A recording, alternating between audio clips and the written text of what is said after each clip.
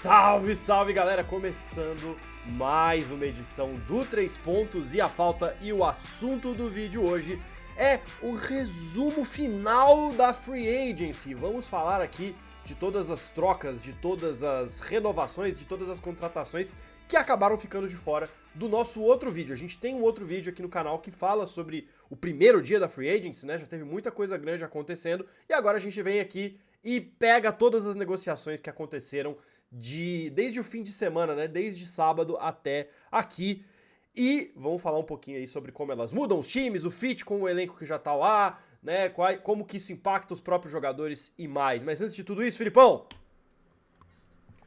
hora da gente pedir pra você deixar o seu like aqui. O mais importante de tudo é você deixar o seu joinha pra ajudar a gente a chegar a cada vez mais fãs de basquete. E é com o like que você faz isso. E se você tá chegando aqui agora, primeira vez no 3 Pontos e a Falta, assina o canal, ajuda a gente a chegar a 6 mil inscritos, é a nossa nova meta, ajuda a gente a chegar lá. Clica no sininho pra receber as notificações de vídeos novos se você curtiu o conteúdo. E vamos embora, Filipão. Bom, já apareceu aqui na imagem do início do vídeo, foi uma das primeiras coisas que aconteceram quando a gente soltou o nosso último vídeo aqui, né? A gente publicou, deu uma hora e pouco, aconteceu essa notícia. Incrível. Que, embora já tenha acontecido já há algum tempo, ela ainda está atual, que é a exigência, o pedido do Damian Lillard para sair do Portland Trail Blazers, né? Tanto o Shams Charania quanto o Woj afirmaram que ele entregou formalmente um pedido de troca para a organização, né, para o front office do Blazers, e expressou o desejo de ser trocado especificamente para o Miami Heat. Quer jogar com o Bam Adebayo, quer jogar na Flórida nessa próxima temporada aí com os atuais vice-campeões da liga. Porém, não quer mais nada também, não quer mais nada, assim, né? O que acontece é que, ao contrário do Bradley Beal, o Lillard ele não tem uma cláusula que pode, né, que é onde ele pode vetar as trocas para outros times. Então, ele está à mercê da organização que certamente buscará o melhor negócio para ela. E aí, Filipão, o Lillard vai conseguir o que quer ou o Blazers vai conseguir o que quer? Brunão, a minha teoria, como você bem trouxe, é que o Damian Lillard estava apertando o F5 na página do 3 Pontos e a Falta e pediu a troca na hora que a gente soltou nosso vídeo, cara. É isso.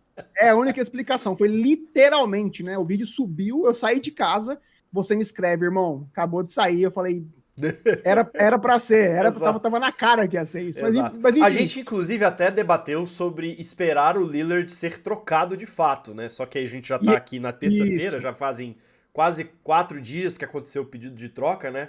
Então a gente decidiu aqui... E a gente comentou a extensão do Jeremy Grant considerando as duas possibilidades, o Lillard ficar ou não. Bruno, eu honestamente fiquei, portanto, preocupado não, eu fiquei surpreso com o timing, porque isso aconteceu literalmente algumas horas depois de eles terem dado toda aquela grana pro Jeremy Grant, como eu bem mencionei, né, que era um dos jogadores com experiência que rodeavam o Lillard no time. Mas a informação privilegiada que o 3 Pontos e a Falta tem, Bruno, o senhor sabe o que eu tô falando, é que ele tava com a cabeça feita para sair do time já há um tempo. Segundo um amigo meu, que tem um contato muito influente na organização Trail Blazers, o Bruno sabe da veracidade dessa informação. Vale lembrar, quem acompanha o 3 Pontos e a Falta, que a gente antecipou em um dia antes do Woj, que o CJ McCollum seria trocado pro Pelicans. Na época de podcast, a gente não tava nem no YouTube ainda. Quem acompanha a gente sabe que essa fonte do Filipão é quentíssima. Se alguém lembrar desse episódio, escreva aqui, que ele gostaria de saber. Mas quem chegou agora, né, Brunão? Eu tenho um amigo que tem um contataço dentro da organização Portland, como eu falei, e ele me disse que o Pat Riley, presidente do Miami Heat, já vinha fazendo a cabeça do Damian Lillard durante os playoffs para ele ir para Miami. E essa informação, Bruno, confidencial, é importante porque, sabendo disso, eu realmente não consigo imaginar que o Blazers vai trocá-lo justamente para o Miami Heat. Eu sei que tem muita gente dizendo que o Lillard merece, né? Merece escolher o seu destino por tudo que ele fez pela franquia, pela cidade, mas com esse contato, dizendo pra gente que o pessoal lá de dentro tá muito insatisfeito com a maneira com a qual o Lillard manteve conversas com outras equipes antes de comunicar o seu próprio time, portanto, fazendo os caras perder tempo, né? E fazendo os caras se sentirem enganados, eu acho que essa troca não vai acontecer com o Miami Heat. O Lillard tem 2 anos do contrato ainda. E as peças que o Miami tem disponíveis... Isso que eu ia falar, Bruno. Não fazem sentido dentro do elenco atual do Blazers, né? Porque, você vai trocar o Lillard pra receber o Tyler Hero, pra receber o Duncan Robinson. O Blazers não precisa desses jogadores. E segundo a própria diretoria, eles vão fazer decisões que deixem o time competitivo. Eles querem manter o time competitivo. Ou seja, eu não vejo o Portland abrindo mão, como você falou, de um cara como o Damian Lillard pra trazer Tyler Hero, Duncan Robinson e algumas poucas picks. O Miami não tem picks atrativas, Também né? não tem picks atrativas. Ele tem ali poucas picks de primeira rodada a partir de 2025, se não me engano. Então não tem como. Então, se ele acabar indo pro Heat, Bruno, vai envolver 3 ou 4 times. Então vamos ficar de olho, mas a opinião pessoal, tendo a informação que a gente tem lá de dentro, é que os caras estão bolados com o Damian Lillard, com a maneira como ele tá jogando com a mídia, né, Bruno? Sim. Ele tá dando a entender pra mídia que ele é um coitado, que ele merece ganhar, mas aparentemente a afirmação que a gente tem que não é bem assim. Que ele já tá meio que angariando, né, várias partes e não contando pro Portland logo de cara que ele vai sair. Se ele comunica isso, Bruno, ano passado ainda, eles tinham muito mais tempo para negociar, cara, para envolver uma troca com essa pick número 2 que eles tinham, né? 3 que eles tinham. Então, ou seja, dentro do Portland, a situação tá meio azedada. Então vamos ficar de olho, porque eu tô muito curioso para ver para onde o Damian Lillard vai. Exatamente. Vamos ficar de olho com essa informação quentíssima aí do Filipão, trazendo um pouco de contexto sobre o que tá acontecendo lá no Trail Blazers e vendo para onde que o Lillard realmente vai, né? E por mais que ele queira especificamente ir para Miami, né? Existem uma série de outras equipes que adorariam tê-lo também. Vamos ver aonde o Amador vai parar. Vamos passar aqui já para o nosso próximo tópico, nosso resumão aqui, Filipão, do que faltou da Free Agency, falando do Phoenix Suns. Você já tinha falado um pouco do Phoenix Suns no finalzinho do nosso outro vídeo, né? Que eles tinham conseguido renovar com o Damian Lee, tinham conseguido trazer o Yuta Watanabe, estavam ali cercando o seu elenco de bons chutadores e conseguiram ainda mais jogadores agora, né, depois que a gente publicou o nosso vídeo, né? Acho que o destaque talvez fique até por conta do Eric Gordon, que saiu aí do Clippers e vai virar ali, com certeza, uma excelente adição para o Suns vindo do banco, né? Brunão, o Suns ataca novamente e de um jeito muito surpreendente, né, cara? Eu falei que acreditava muito na agressividade do dono Matt Ishbia e ele não decepcionou. Anunciou o Bradley Beal algumas semanas atrás e o Suns agora anuncia um pacotaço com o Damian Lee, Yuta Watanabe, o Drew Eubanks, o Keita Bates-Diop e agora os nomes agora me pegam, né, Bruno? o Timezi Meto e aí o Eric Gordon, que chega do Clippers. Ou seja, o Suns agora tem um time, né, Bruno? Tem um time completamente reformulado, né? Inclusive, praticamente não vai ter mais ninguém daquele banco que estava nos playoffs do ano passado, né? Até o Landale, que foi o grande destaque, foi despachado pro Rockets, né? Realmente é um time completamente novo, né? E muito bom arremessador, né? Calibradíssimo em termos de mão. O Damian Lee já era jogador do Suns, mas agora oficialmente retorna ao time. Chutou 44,5% de 3 no ano passado e foi um dos melhores da liga nesse quesito. Vale lembrar também que ele foi campeão da NBA pelo Warriors em 2022, ou seja, é uma peça com experiência no vestiário.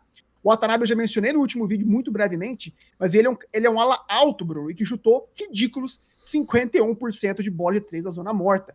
Ele também é versátil defensivamente, porque ele combina tamanho com agilidade, então pode marcar várias posições. O Eubanks é um cara que chutou, Bruno, só 0,2 bolas de 3 por jogo ano passado, por ser um cara mais alto, pelo Blazers, mas teve aproveitamento de 39%. Ele não é um pivô clássico, mas foi recordista de tocos no college, então é um cara mais atlético do que o Landale que você mencionou, então eles reforçaram o elenco nessa posição. O Bates-Diop, que jogando pelos Spurs no ano passado, Bruno, teve média de 10 pontos por jogo e chutou 51% de quadra e 39% de 3, incluindo um jogo de 30 pontos contra o Lakers, vai ser outro cara muito importante vindo do banco. O Timezi Meto, ex-Kings, outro cara atlético, que joga e marca diversas posições, chutou também 59% de quadra no passado. E por fim, Bruno, a adição mais importante, de fato, o Eric Gordon, que chega do Clippers pelo salário mínimo. Eu acho que essa contratação é excelente, porque ele vai poder liderar a segunda unidade, que é algo que, vamos ser sinceros, por melhor que o campaign seja, ele não se sentia muito confortável fazendo. Era muita pressão para ele. O Gordon é um cara, Bruno, com muita experiência, já foi o foco ofensivo de várias franquias ao redor da liga ao longo da sua carreira. E agora, Bruno, vai jogar com liberdade, cara. Ele vai ajudar muito mais. Ano passado teve média de 1,34 pontos por arremesso no spot-up shooting e 73% no arremesso de quadra efetivo. Ou seja, se o Suns precisava de alargar a quadra, Bruno, e de ajuda defensiva do perímetro para compensar 3 estrelas que dependem exclusivamente, basicamente, né, do mid-range, eles fizeram, portanto, um senhor trabalho nessa janela. Falta ainda sim um pivô, que me leva a acreditar que eles ainda, obviamente, vão manter o Ayton, porque eles não contrataram ninguém até agora, né? Mas eu acho que se eles conseguem achar alguém pelo mercado de buyout, por exemplo, para fazer o trabalho sujo dentro do garrafão, pegar o rebote, que são coisas que o Ayton não faz muito bem, já pensando em séries longas de playoff contra o Anthony Davis, contra o Jokic, Jaren Jackson Jr., eu acho que o Suns, Bruno, vem muito forte para competir, então olho nos caras. Essa reformulação, para mim, tem toda a cara de que é o time que tá preocupado em enfrentar o Denver em uma série de playoffs, né? Uma série de jogadores muito altos, com presença física, e que sabem chutar de 3, é a receita dos caras para tentar enfrentar a Denver, mas obviamente será muito importante no Oeste como um todo também, não estou falando apenas só dos atuais campeões. Acho que o ponto ainda fraco, como você falou, é de fato o Ayton, que vai precisar melhorar muito no rebote, né? Quem sabe, talvez, o que eu acrescentaria só do que você falou é talvez o Frank Vogel confiando que pode melhorar o aspecto defensivo do Ayton, né? O Vogel que ficou conhecido na liga como um técnico muito defensivo, né? Campanha vitoriosa do Lakers em 2020, quem sabe ele não dá um jeito aí. Exatamente nesse fundamento do pivô das Bahamas. Bom, vamos seguir aqui, Filipão. Vamos continuar falando aí que outro time que tá com reforços internacionais e que fez mais uma vez, fez uma baita janela de contratações. Incrível. E ninguém tá falando deles, é o Sacramento Kings, né? Asseguraram a longo prazo o Domantas Sabonis, oferecendo ali um contrato máximo de 5 anos, na faixa dos 217 milhões, né? O que, de certa forma, acho que consolida o Sabonis como uma dessas estrelas da liga, que a gente já imaginava que ele seria. Agora tem um salário de estrela, definitivamente.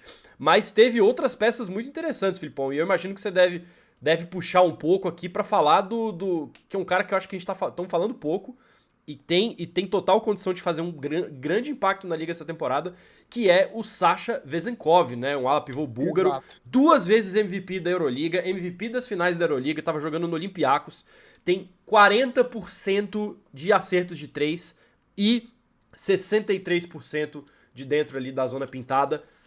Vai vir jogar no Sacramento Kings, Filipão. Não, você falou, cara, um parabéns efusivo para a diretoria do Sacramento Kings, que tem feito com muita seriedade um trabalho que às vezes não tem muito holofote, liga fora, mas a franquia de fato mudou de patamar. A gente já viu isso no passado e eu prevejo ainda mais esse ano. Então, um abraço para a comunidade maravilhosa do Sacramento Kings Brasil, que sempre apoia a gente. Então é legal a gente falar deles, porque eu gosto muito de ver equipes de mercados menores, Bruno, sendo tão bem geridas, jogando tão bem, vamos dizer assim, calando opiniões erradas sobre eles. Então eu gosto muito, Bruno, do que eles fizeram com o Vezenkov. Eu gosto muito de pivôs, né, de caras grandes, canhotos. Então eu gostei demais de analisar os vídeos dele. Ele me lembra, com todo o respeito do mundo, o estilo de jogo que ninguém é menos do que o Jokic. Ele, Bruno, tem o jogo de pés um pouco mais lento do que o Joker, sim, mas tem um potencial para ser tão dominante quanto o Sérvio no post-up.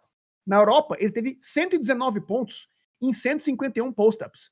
1,26 pontos por posse de bola, o que são números ridículos, cara. Eu acho que ele vai ser um mismatch excelente no ritmo jogo frenético do Kings, porque ele é muito inteligente.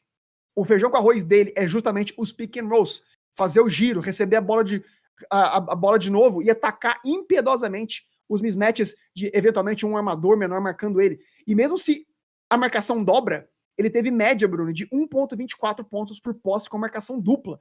Chutou 58% de fadeaway, caindo pro lado esquerdo dele. E ainda é um ótimo passador, cara. Ou seja, é um pacote completo dentro do garrafão. E minha única pergunta é, será que ele consegue jogar ao lado do Sabonis ou vai ser estritamente um reserva de luxo? Mas, de qualquer maneira, eu vejo um upgrade absoluto no frontcourt do Sacramento Kings, que também manteve o Alex Len, que era o único reserva direto para os Sabonis. Ambos esses caras fazem o trabalho estritamente dentro da área pintada, mas o Vezenkov, como você mencionou, Bruno, chutando 40% de bola de 3, vai oferecer uma dimensão de jogo completamente diferente, um plano de jogo completamente diferente para o Mike Brown e vai punir os adversários de outras maneiras.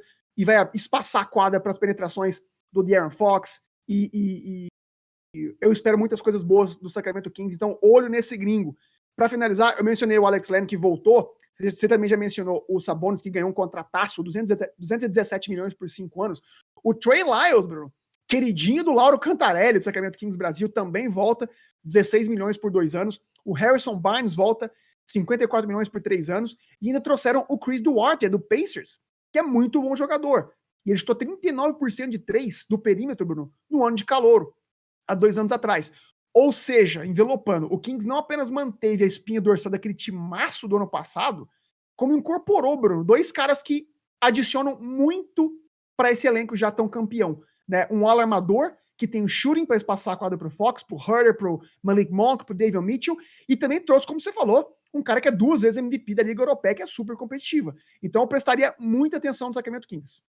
Com certeza. Ainda mais atenção, né, Filipão? Né? Que os caras já fizeram uma baita de uma campanha em 2023 e tem tudo, tem tudo para virem aí ainda mais fortes para essa nova temporada. Vamos falar aqui agora, acho que até porque a gente está se aproximando aqui já do nosso final do vídeo, da gente ir passando rapidinho pelos outros times aqui, né? Começando pelo Houston Rockets, que já tinha se movimentado bem, né? A gente cobriu bastante, falou do Van Vliet no outro vídeo.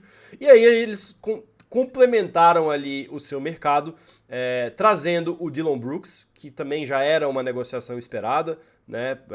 O jogador que atuou pelo Grizzlies aí nas últimas temporadas agora vai defender o time do Texas.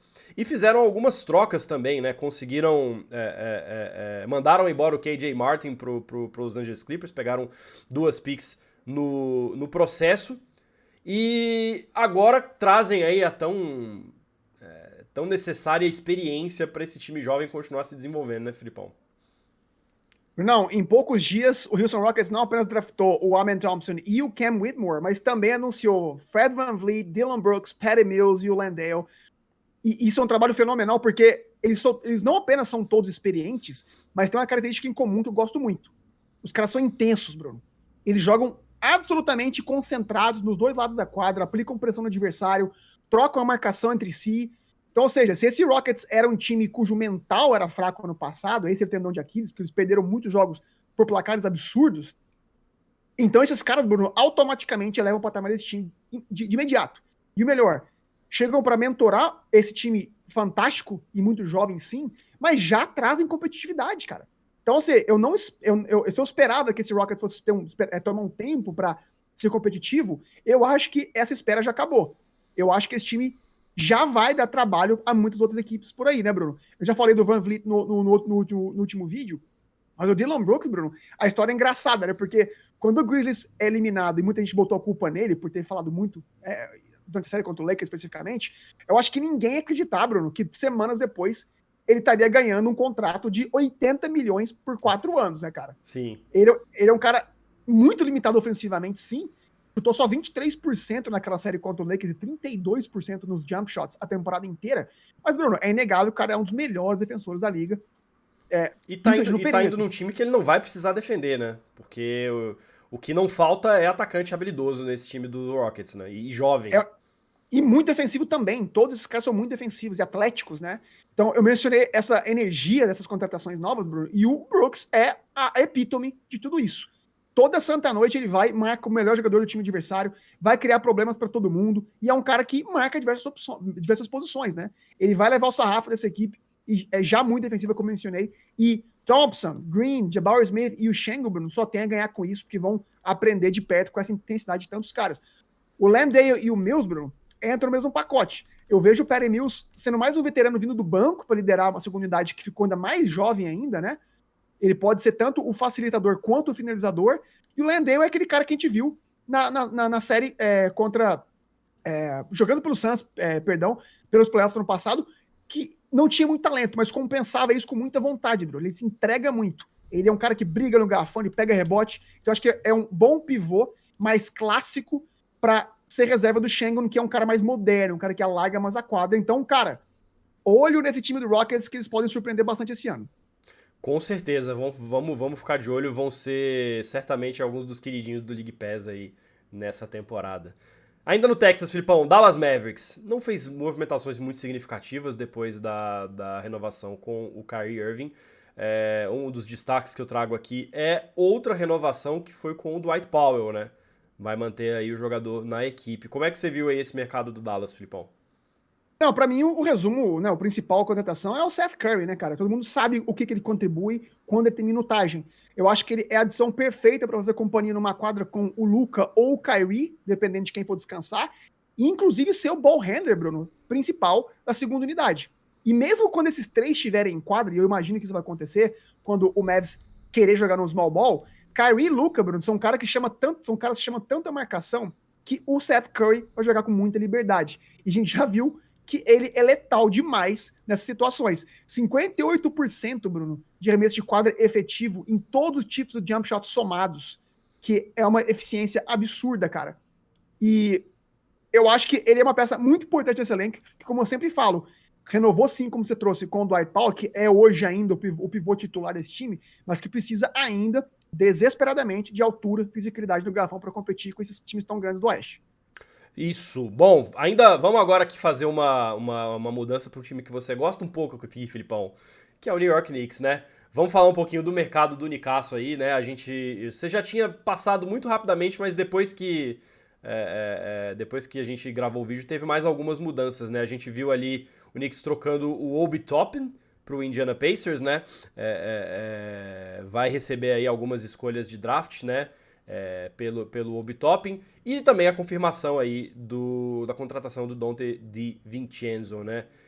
Tá melhor depois desses reforços ou está na mesma o Nicão, Filipão? Pouquinho melhor, cara. Não vou dizer melhor, que o Knicks muda de patamar, não vejo terminando em quarto ou terceiro da costa ainda, mas, cara, o Donte DiVincenzo vem preencher algumas lacunas que a gente não tinha no elenco, Bruno. 4 anos, 50 milhões para ele, um contrato muito, muito bom. Ele é um grande defensor, excelente reboteiro para um armador. Ele, Bruno, é aquele atacante chato, que ele explora os bolsos, né, não marcados da quadra, então ele ataca de diferentes ângulos o garrafão adversário, 40% de eficiência em catch and shoot, 48% quando não está marcado. E, Bruno, joga muito bem sem a bola na mão, cara. Ele faz muito bem o trabalho sujo, marcando diversas posições, que é perfeito para esse time que precisa de um cara assim, com o Jalen Brunson em quadra, que é o dono do time, com o Julius Randle, que povoa muito o garrafão. Então, o Donte DiVincenzo vem para ser aquele 3&D que o Knicks precisava desesperadamente e não tinha. Eu não perderia o Obi Toppin, Bruno, por tão pouco, na minha opinião. Eu acho que quando ele entrou para substituir o Julius Randle, ele fez muito bem seu trabalho, tem um potencial tremendo. Acho que o Pacers fez um grande trabalho pegando esse cara por quase nada, mas eu vejo o Knicks abrindo espaço, Bruno, na folha salarial, obviamente, para alguma estrela.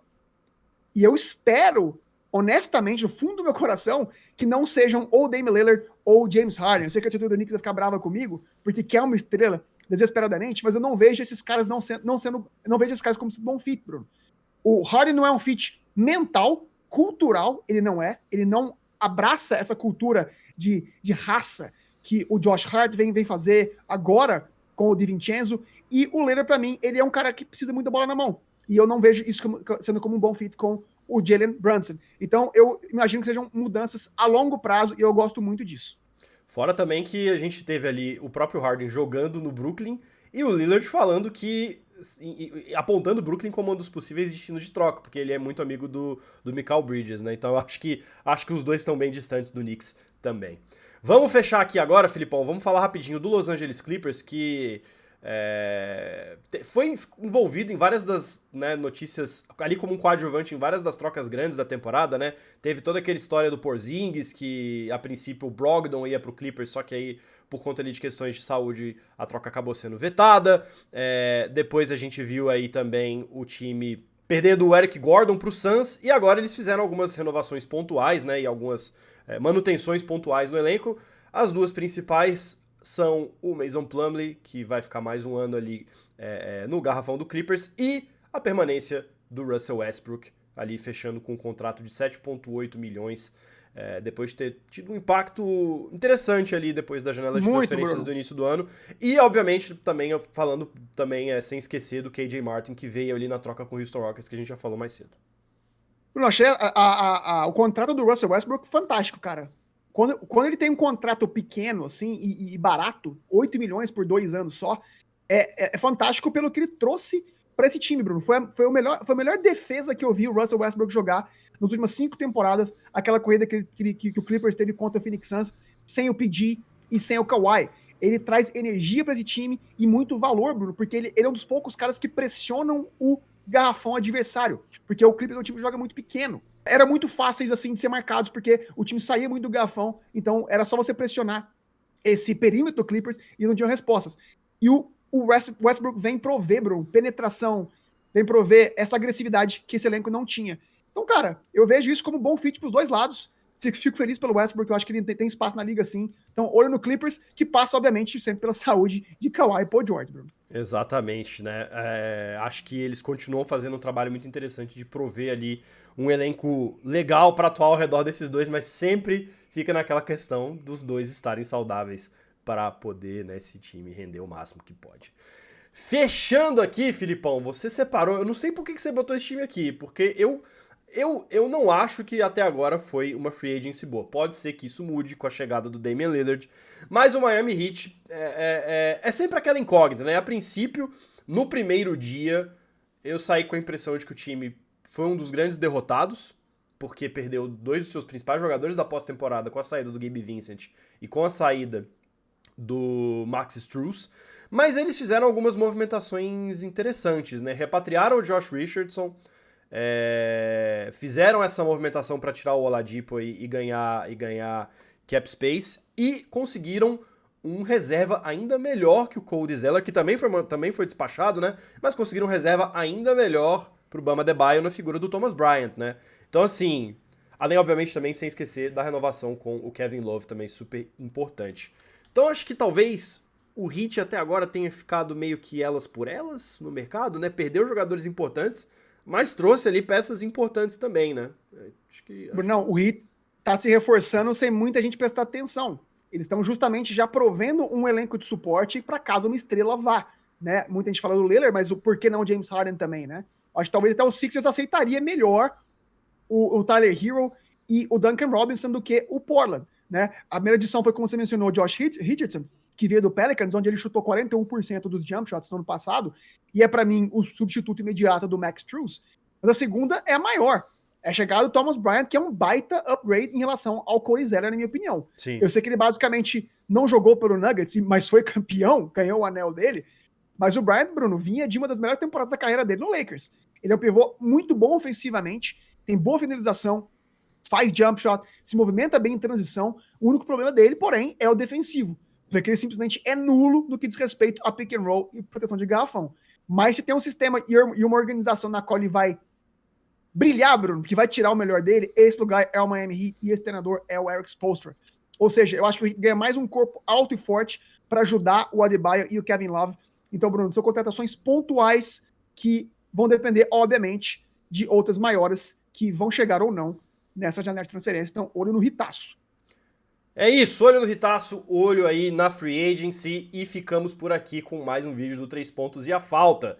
Agora, modo turbo. Exatamente, modo turbo. Cara, mais uma vez, em 30 minutos a gente resumiu aí, cara, 1, 2, 3, 4, 5, 6, 7, 8 times da NBA. Então, assim, já deixa o like aí, já deixa o seu joinha, deixa seu comentário para você falar qual foi a movimentação mais interessante até aqui, ou as suas expectativas sobre o próximo time onde Damian Lillard vai jogar. Obviamente, quando isso acontecer, a gente vai trazer um vídeo aqui para falar tudo sobre essa negociação, James Harden também.